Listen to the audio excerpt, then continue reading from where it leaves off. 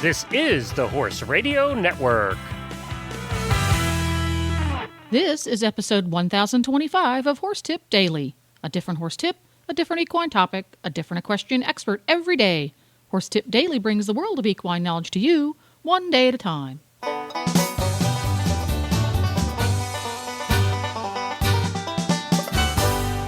Greetings, horse people. Coach Jen here, and thanks for tuning in to Horse Tip Daily. Today's tip is an excerpt from the Dressage Radio Show, where Reese and Phillip take on a list of habits for effective riders. This list happens to come from a dressage rider, but it sounds to me like this could be applied to just about anyone who sits on a horse. And we'll get right to our tip after this important message from EquestrianCollections.com. Well, once again, I'm here with Debbie from Equestrian Collections, and she's got the Equestrian Collections Product of the Week. Take it away, Debbie. This week I want to feature the Ovation Glitz helmet. And one of the reasons is we had at my local horse club meeting not long ago, we had a vendor come in, and she brought some of these Glitz helmets and put them out on the table, and everybody in the meeting was just mesmerized. Everybody had to have one of these things. And I thought, I'll bet you our listeners would like to hear about them too, especially because, you know, this is a little bit different. It's not overpowering bling.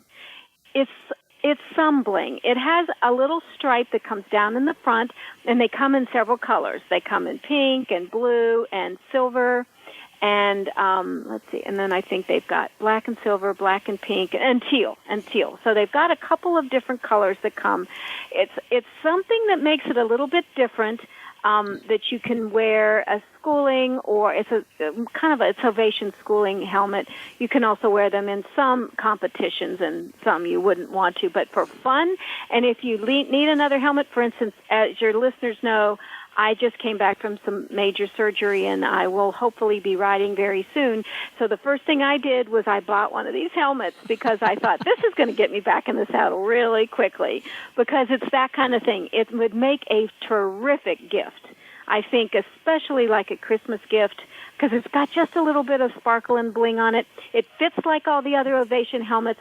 Of course, it's all safety. You know, we have all the safety certifications, the ASTM certifications. Everything's clear and fine, and it fits just like their other helmets. Really comfortable. Not too much bling, just enough.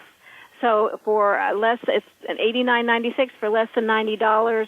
I think it makes a great helmet and a superior gift. So when you go to EquestrianCollections.com, just look for the Ovation Glitz helmet. Thanks so much, Debbie.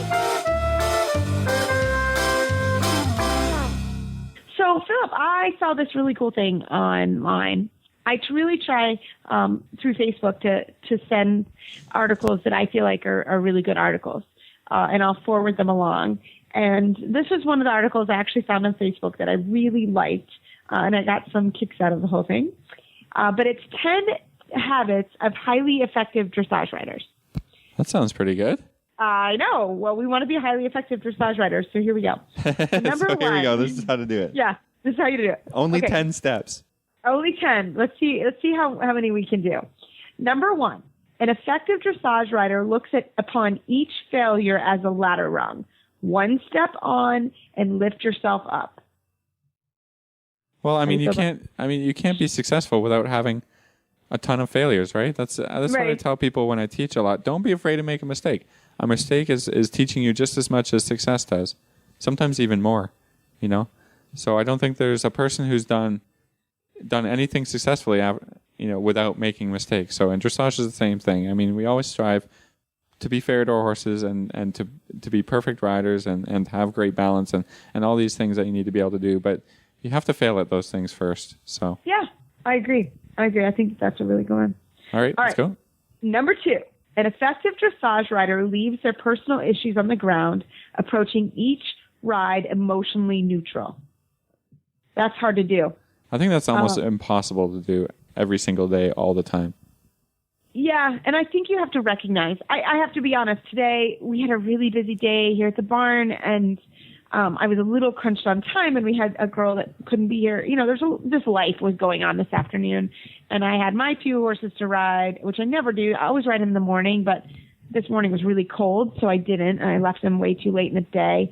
And to be perfectly honest, I walked around and cantered them, and then I felt like I wasn't doing a good job. So I just said, okay, it was actually sunny, a little windy, but sunny. And so we went outside because I felt like I wasn't neutral, and it wasn't their fault. It wasn't anybody's fault. I just wasn't in that place, and I didn't have time to be in that place. And I just thought, I'm just going to take a deep breath and we're going to go on a walk and enjoy the sunshine and do some hills. And so that's what I did. Take it easy. Yeah. I mean, I think sometimes emotional issues are because of the horse. Right. And then that's really tough, That's really hard. Or you get to the barn and there's some sort of barn related issue. I mean, there's a million different ones I know from experience, but there's some issue there. And then you were fine coming to the barn, and then all of a sudden something comes up or whatever. And then, then you got to get on the horse. Well, it's okay to take 5 minutes and just, really try and center yourself and think, how do I let this go? Or how am I too much emotionally wrapped up in this horse? And how do I do a good job of being normal today? Yeah. I mean, I think all those things, you have to really figure it out. And, absolutely. So, number 4. Was that number 4? No, that was number 2. So we need 3. Oh, sorry. Can't keep it all straight. Number 3, effective dressage riders make themselves the calm baseline that their equine partner can rely on at all times. I mean, this is very similar, but this has to do, I think, with trust issues and working on not taking emotion from outside the barn, but this is just being emotional about the training, right? And always when you're going through challenges and you're trying to fix stuff, things can get a little frustrating, or you can get a little confused, and always think back to what signals in your aids are you giving to your horse? Are you being calm and confident and moving forward, or are you unconfident and sending mixed signals and stuff? So I think you have to really work at that as a rider. I love it. To be fair, and to be fair in your training, and to get stuff done, but not from an anxious or frustrated point of view. Yeah, very good. All right, number 4. An effective dressage rider owns their personal space both on and off the horse. So basically, you have to have good posture.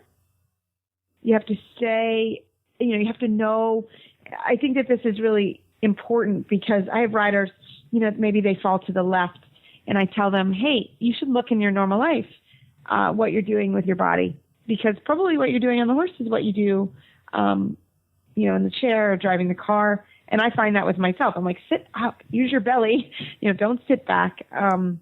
So I do find that with my own personal, how I sit and how I stand. I have to be very careful and cautious with my own posture. Yeah, I think being a strong, having a good, strong posture and sending positive but very, very leadership type of aids to your horse, So we talked about being calm, and now this is talking about being more in the confidence realm of things and owning what you're doing and owning your aids and owning your communication with the horse. And, you want to be, you just have to have a really good confidence about yourself. And I think that's what this one is about. Number 5? Absolutely. Number 5, an effective dressage rider has trained their inner voice to be positive or constructively negative, never defeating. I think that's really important. This is really good. Otherwise, you're going to not have a very fun time. It just doesn't work. I think back to, how am I fixing problems, or how am I riding my horse? I mean, all of us, I think, go back to, maybe the last lesson they were given or whatever, and try and find your inner voice to be like your coaches, that, you want a coach to be helpful to you and to lead you in the right direction. But not to put you down, and not to put what you're trying to do down. If you're not, if you're riding on your own and you're not getting it, I mean, it's, don't think it's your fault. Don't think it's your horse's fault. It just takes a really long time to learn to ride well. Yes. Well, I don't think you ever That's all it is. learning You got to go out there and stay positive and keep working at it, right? Yeah, we heard 2 international, Grand Prix riders and trainers say that they continually work on their seat over the weekend, and they still ride without stirrups, and they continuously working on their seat, and I think that that's pretty amazing. Yeah, I mean, look at the things that you have achieved. Every time you run into a problem, you got to go back and say, listen, I this other thing 3 weeks ago was really hard, and I was able to get through that, or I thought I could never do this or that, and look how far I've come. I can get through this if I just keep plugging away. I keep trying to get positive instruction and find ways to help me to be a better rider and to help my horse be a better dressage horse. So stay positive. Keep your inner voice positive. Don't tear yourself down. That's not going to help. No, it doesn't help. Mm-mm. All right, number 6. An effective dressage rider knows success happens one ride at a time, day in and day out, remaining consistent and realistic in their daily goals and expectations. And I love that. That's exactly what we were just talking about, wasn't it? Yep. I mean, it doesn't get better, all of a sudden. Sometimes we have these light bulb moments, but, most of the time it's in the theory of dressage, the light bulb moments, and then you have to spend 3 months working it out and actually doing it. Working it, yeah. It's important to understand, where you're going and what you're trying to do, and then you got to do it. And that takes dedication, lots and lots and lots of riding, lots and lots of hours. Yep. So. All right, number 7. An effective dressage rider has the courage to be creative in the problem solving, the courage to go beyond the textbook and think independently. And below this is the training scale. Yeah. As long as you stick to the training scale, you can pretty much do whatever you want. Absolutely. And I think that that's really important to know is if you sort of have a systematic approach on how you're going to train, and you know that training scale and you learn how it works and you learn that's what trainers do is they work within that scale, then I think that you'll be just fine. Yeah, I mean, you'll see if you go to clinics or you see a bunch of different people coaching. I mean, you can put the same rider, same horse in front of, 5 or 10 international trainers. They're all going to go after the training scale, but they might go at it a little bit in a different way. Suppleness problems are a huge one that can be fixed in a number of. Some people like shoulder in a little better. Some people like Travere a little better. Some people are using a lot of leg yield, but they're all going after the same thing. First establishing rhythm and relaxation, and then going to the suppleness.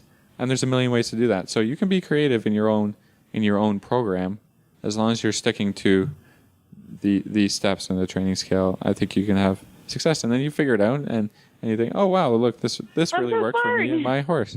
Yeah, it's so smart. Exactly. All right, number 8. An effective dressage rider knows they must be an athlete in their own right before they expect their equine partner to be one. And I think we have talked about that a lot. We talk about this a lot, different ways to improve fitness and flexibility and, all the athletic parts about being a rider. Absolutely. I love it. Okay, number 9.